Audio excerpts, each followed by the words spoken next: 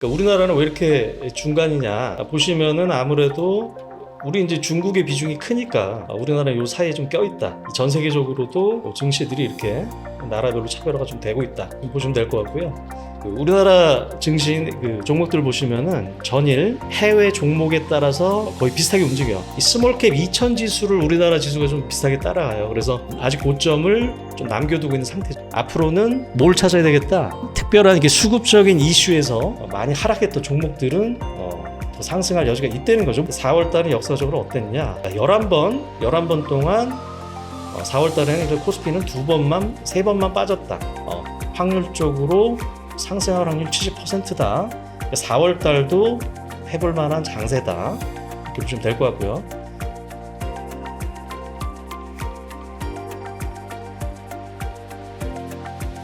그 1분기 시장은 이제 여러분 느끼실지 모르겠지만은 이 철저하게 차별화장이다. 이렇게 보시면 될 것 같아요. 지수는 물론 올랐지만은 특정 종목 몇 개가 시장을 주도를 했기 때문에 이제 그런 종목들이 없으시면은 수익률이 그다지 좋지 못할 겁니다. 그래서 오늘 이제 왜 그런 현상이 발생했는지 그리고 지금 주도주가 뭔지 이제 그런 거 위주로 설명 좀 드릴게요. 자, 일단 먼저 이제 해외 증시 동향이랑 이제 매크로 지표를 한번 보겠습니다. 자, 이제 뭐 미국이라든가 유럽, 일본, 대만은 역사상 신고가를 지금 갱신을 하고 있어요. 그에 반해서 한국은 못 따라가고 있죠, 사실. 신고가를 못 따라가고 있고, 또 상해, 중국 쪽, 상해라든가 홍콩은 뭐 제일 올해 전 세계 증시에서 제일 안 좋습니다. 이거는 계속 좀 반복이 좀 되는 것 같아요. 이 차트를 한번 보겠습니다. 다우 지수의 월봉이에요, 월봉. 자, 월봉 보시면은, 자, 요때 고가를 넘기고 역사상 신고가를 올해 내내 지금 갱신을 하고 있죠. 나스닥도 마찬가지입니다. 자, 2021년도 고가를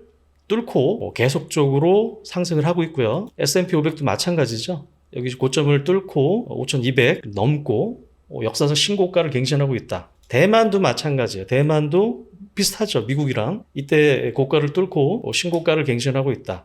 그 다음에 일본도 마찬가지입니다. 일본은 거의 20-30년 만에 역사상 신고가를 갱신하고 있고요. 자, 하다못해 유럽 쪽은 지금 경기가 정말 안 좋아요. 그렇게 유럽 쪽은 경기가 안 좋은데, 자, 대표적인 유로스탁스조차도 자, 신고가를 갱신하고 있죠. 이제 그에 반해서 이제 한국 같은 경우는 뭐 이따 보여드리겠지만은 그에 미치지 못하고요. 상해 지수 지지부진하죠. 주봉으로 보더라도 2월 달에 여기까지 빠졌다가 어찌됐든 올라왔습니다. 올라왔지만은 틀리죠. 그 다음에 항생, 홍콩이 지금 제일 안 좋죠. 어찌됐든 모양이 좀 이렇다. 전 세계적으로 이렇게 있다. 그러니까 우리나라는 왜 이렇게 중간이냐 보시면은 아무래도 우리 이제 중국의 비중이 크니까 우리나라 요 사이에 좀 껴있다. 전 세계적으로도 증시들이 이렇게 나라별로 차별화가 좀 되고 있다. 보시면 될 것 같고요. 러셀 2000 지수는 스몰캡 2000, 우리 다우라든가 S&P라든가 나스닥 빼고 대형주 위주죠. 이 스몰캡 2000 지수를 우리나라 지수가 좀 비슷하게 따라가요. 그래서 아직 고점을 좀 남겨두고 있는 상태죠. 그래서 여러분들이 미국의 이제 그 전일 그 나스닥이라든가 S&P 500 당연히 봐야 되겠지만은 우리나라랑 상관관계가 높은 건 뭐다? 러셀 2000 지수다. 러셀 2000 지수가 이런 식으로 좀 흘러가고 있다. 보시면 될 것 같습니다. 그럼 일단은 왜 그렇게 지금 사실 매크로 지표가 좋지가 못합니다. 그래서 어떻게 보면은 이 매크로 지표가 이렇게 안 좋은데도 이 해외 증시가 신고가를 갱신하고 있죠.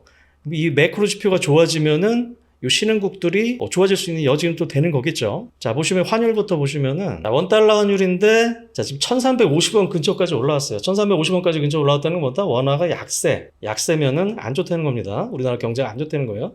원화가 내려가야지, 원화가 이렇게 1300억 언더로 가야지 시장이 더 좋아질 수 있는 거고요. 그 다음에 유가도 마찬가지죠. 유가도 지금 보시면은 이제 70불에서 어떻게 보면 90불 정도에서 움직이고 있는데 지금 83불이니까 일단 유가가 오른다는 건 뭐다? 향후에 인플레가 심화될 수 있기 때문에 이것도 좋지는 않은 거예요. 유가가 내려가야 된다. 그 다음에 이제 미국채 금리가 또 중요하죠. 주봉으로 볼게요. 미국 국채 금리는 이때 작년 가을에 5%를 찍고 4% 언더로 이렇게 쭉 빠지면서 전 세계 증시 우리나라 마찬가지로 10월, 11월부터 쭉 올랐죠.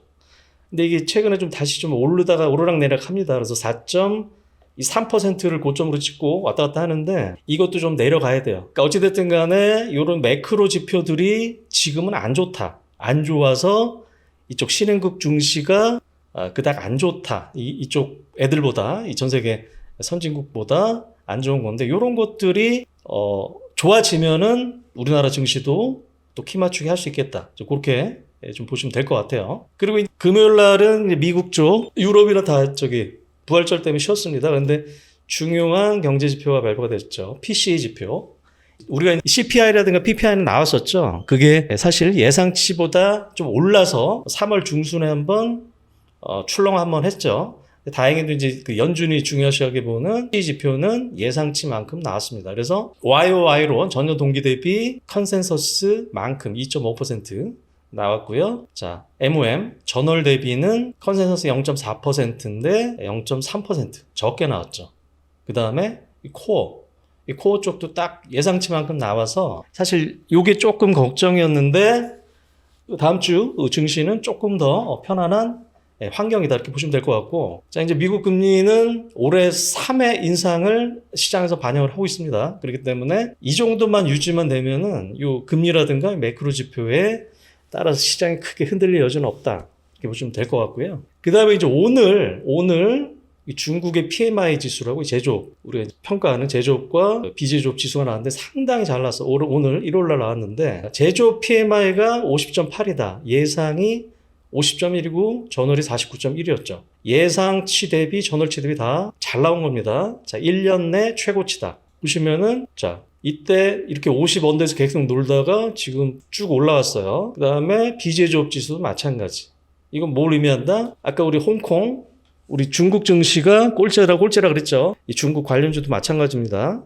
거기랑 이제 같이 가기 때문에. 근데 이렇게 이 중국 지표가 좋아진다 그러면은 어떻게 될까요? 일단 뭐 중국 쪽이 좋아질 수 있는 거고, 당연히 우리나라도 좋아질 수 있는 여지가 되는 거고, 그 다음에 중국 관련주도 이따 다시 설명을 드리겠지만 최근에 중국 관광객이라든가 상당히 생각보다 좀 빠르게 올라오고 있습니다. 그래서 이렇게 중국 지표가 잘 나온다 그러면은 한국과 중국 증시가 얘들을 좀 따라서 또 오를 여지가 있겠다. 그렇게 지금 보시면 될 것 같고요. 그 다음에 이제 해외 종목들도 여러분들이 잘 봐야 됩니다. 이게 우리나라 증시 종목들 보시면은 전일 해외 종목에 따라서 거의 비슷하게 움직여요. 반도체 같은 경우는 우리 뭐 뻔하겠지만은 엔비디아죠. 이건 반도체를 떠나서 전 세계 증시를 좌지우지하는 종목입니다. 엔비디아는 뭐 그냥 일직선이죠. 100불에서 900불까지 9배 올랐죠.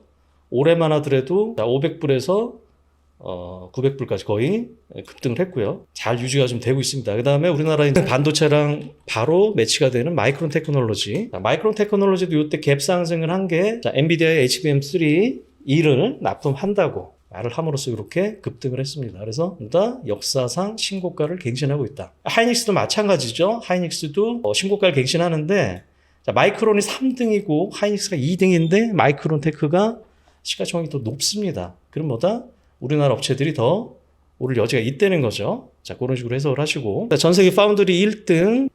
자, TSMC도 역사상 신고가를 갱신을 하고 소폭 조정을 좀 받고 있지만 어찌됐든 잘 나가고 있다. 이렇게 보시면 될 것 같고요. 그 다음에 진정한 그 AI 쪽의 슈퍼스타죠. 슈퍼마이크로 컴퓨터랑 버티볼딩스라고 침냉각 쪽으로 유명한 업체입니다. 자, 슈퍼마이크로 컴퓨터는 뭐 올해 300불에서 1200불까지 4배가 그냥 올랐고요. 버티볼딩스도 그냥 뭐 쭉 가죠. 그래서 이런 것들이 AI 쪽, 우리 이 반도체 쪽으로 여러분들이 봐야 될, 체크해야 될 종목이고, 2차 전지는 아무래도 이제 테슬라랑 알버말. 테슬라는 뭐 아시겠지만 올해 미국 증시에서 가장 퍼포먼스가 좀 안 좋습니다. 자, 연말에 한 260불에서 160불까지 빠졌죠. 1분기 차량 인도량이 4월 초에 나올 텐데 상당히 안 좋습니다. 이 전기차 업황이 그렇게 좋은 건 아니다. 물론 이제 뭐 주가는 어느 정도 반영을 했기 때문에 오를 수 있겠지만 냉정하게 지금 전기차 업황이 좋은 건 아니다. 그리고 알버말이라고 이제 전 세계 리튬 1등 업체죠. 여기도 보시면은 자, 쭉 내리면서 지금 바닥을 좀 모색하고 있지만은 2차 전지 쪽에 미국 쪽 매치되는 종목들이 그렇게 좋지는 않다. 그러면은 냉정하게 일단 그게 좀 보셔야 될 것 같고, 우리나라 2차 전지 업체는 뒤에 설명을 드리겠지만은 1분기가 바닥입니다. 바닥이어서 추가적으로 하락은 안 하겠지만은 상승 각도는 잘 모르겠다. 그 정도로 보고 있고요. 그다음 제약바이오 쪽은 비만약이 가장 인기죠. 그래서 일라이릴리도 그냥 일직선입니다. 그리고 덴마크의 노보노디스크 쭉 가죠. 그 다음에 최근에 머크도 쭉 간다. 어찌됐든 간에 미국 쪽의 요 대표적인 제약바이오 업체다. 그 다음에 이제 미국 쪽에 우리나라 이제 최근에 3월달 올해 들어서 이제 전력기기 변압기 쪽이 아시겠지만 HD 현대일렉, 효성중공업, 재룡전기, 일진전기 요런 것들이 3월 들어서 이제 급등을 했었죠. 근데 미국 쪽은 이튼이라는 업체인데 여기는 그냥 올라요. 계속 올라. 그 다음에 이제 건설기계 쪽은 캐터필라죠. 자, 캐터필라도 작년 10월부터 그냥 쭉 갑니다. 그러니까 물론 이제 우리나라 이제 건설기계 업체들은 안 좋았죠. 최근에 좀 반등을 좀 모색을 합니다. 이 캐터필라는 계속적으로 오른다. 그 다음에 이제 제가 이제 강조를 해드렸는데 중소형 화장품, 미국의 중소형 화장품은 엘프 뷰티라고 있어요. 자, 여기도 10월부터 그냥 쭉 일직선입니다. 요렇게 지금 매치를 해서 보시고, 그 다음에 지금 태양광 쪽이 좀 안 좋죠. 태양광 쪽이 안 좋은데, 어찌됐든 힌트를 좀 얻으시려면 미국의 이 퍼스트 솔라라든가 인페이즈 에너지, 이런 것들이 반등을 하면은, 우리나라 업체들도, 반응을 좀 합니다. 자, 퍼스트 솔라, 어찌됐든 지금 바닥을 좀 잡아가고 있어요. 인페이즈 에너지도 우리나라 이제 하나솔루션이랑 비슷하죠. 이렇게 어찌됐든 바닥을 좀 잡아가고 있다. 근데 하나솔루션은 1분기가 적자이기 때문에 그렇게 바로 치고 가긴 힘들 것 같아요. 어찌됐든 간에 자, 요런 식의 종목들을 매치를 시켜라. 전날 요런 업체들은 최소한 주가를 좀 확인을 하셔야 된다. 라고 좀 말씀 좀 드리고 싶습니다. 자, 그 다음에 이제 이 뭐냐면은 미국 증시긴 한데 이 확률이에요, 확률. 제가 계속적으로 확률을 말씀드리지만은 자, 미국 증시 같은 경우 11월, 12월, 1, 2, 3 지금 5개월 연속 올랐죠. 이렇게 올랐을 때 자, 4월달 2분기 자, 연말까지 주가가 어떻게 될 거냐. 요게 연도별로 쭉 나와 있어요. 그래서 이 확률입니다. 확률적으로 자, 연말까지보다 100% 올랐다. 연말까지 11%의 평균 수익률을 내줬고 4월 달도 80%의 확률로 올랐다. 2분기는 조금 확률은 좀 떨어지죠. 오를 때도 있었고 내릴 때도 있었지만은 이런 식으로 한다면은 큰 그림에서는 일단은 그렇게 나쁘게 볼 여지는 없는 겁니다. 자, 미국 쪽은 이렇게 좋은데 한국 증시는 왜 이 모양이냐? 종목별 차별화가 극심했다. 겁니다. 자, 우리가 보시면은 자, 코스피의 시총이 연말 대비 3월까지 120조가 올랐어요. 물론 지수가 올랐으니까. 근데 어디서 올랐냐면은 금융업 50조 올랐죠. 운수장비, 자동차 조선이죠. 25조. 삼성전자 8조, 게하닉스 26조. 조코에서만 코스피는 올랐다는 거예요.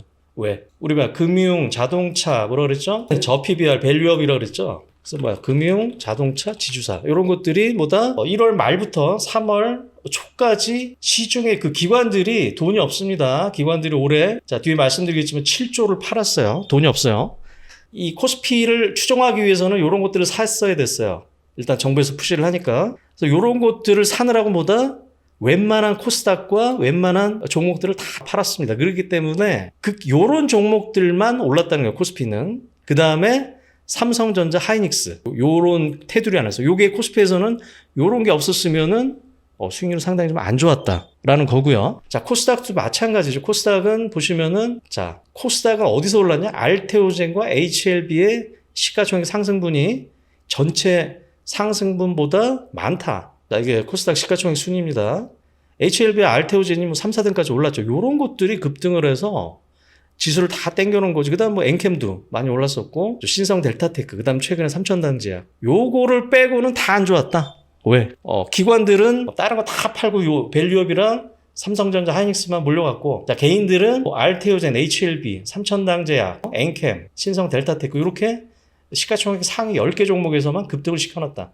그렇기 때문에 여러분들의 수익률이 안 좋을 겁니다. 체감지수가. 그것도 이제 ADR도 마찬가지죠. 제가 이제 맨날 말씀드렸던 건데, 지난번 강의를 들어보시면 알겠지만은 상승 종목과 하락 종목수의 비율이라 그랬어요. 빨간색이 ADR이고 요 120 이상이면은 과매수.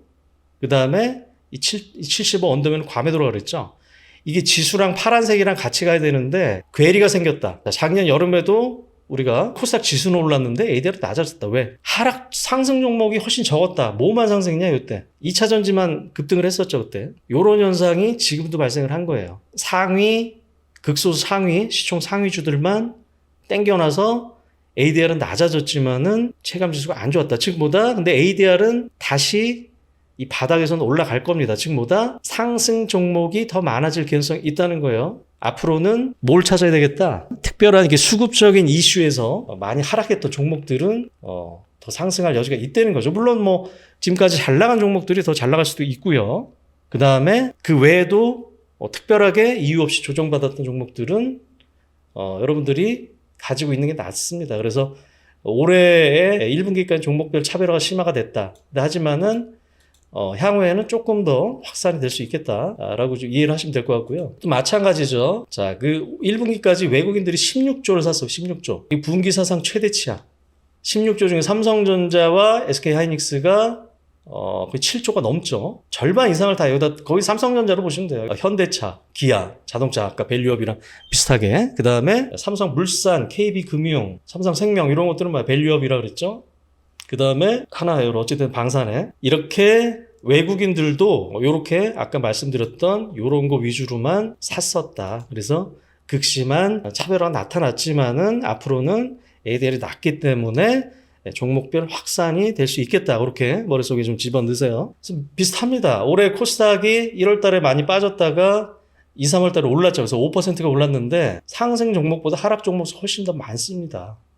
지수는 올랐지만 체감 지수는 상당히 안 좋다. 그래서 종목당 거의 똔똔이에요. 그러니까 아까 말씀드렸던 몇 개 종목이 없었으면은 여러분들의 성적이 좀 안 좋았을 거다. 그렇게 이해를 하시라 말씀이고 3월 달에도 이제 5%가 올랐는데 하락 종목 수가 훨씬 많았습니다.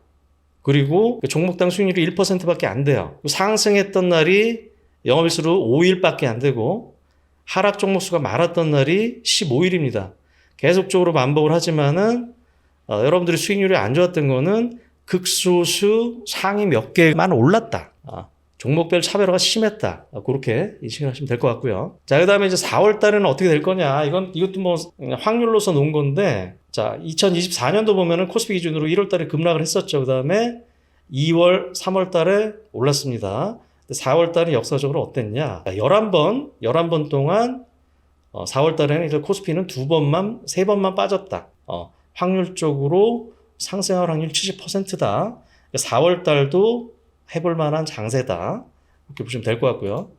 코스닥은 조금 더 좋습니다. 코스닥은 4월 달에 역사적으로 2014년부터 24년까지 11번 동안 2번만 빠졌어요. 확률은 80%라는 거죠. 그러니까 어찌됐든 간에 4월 달은 해볼 만한 장세다.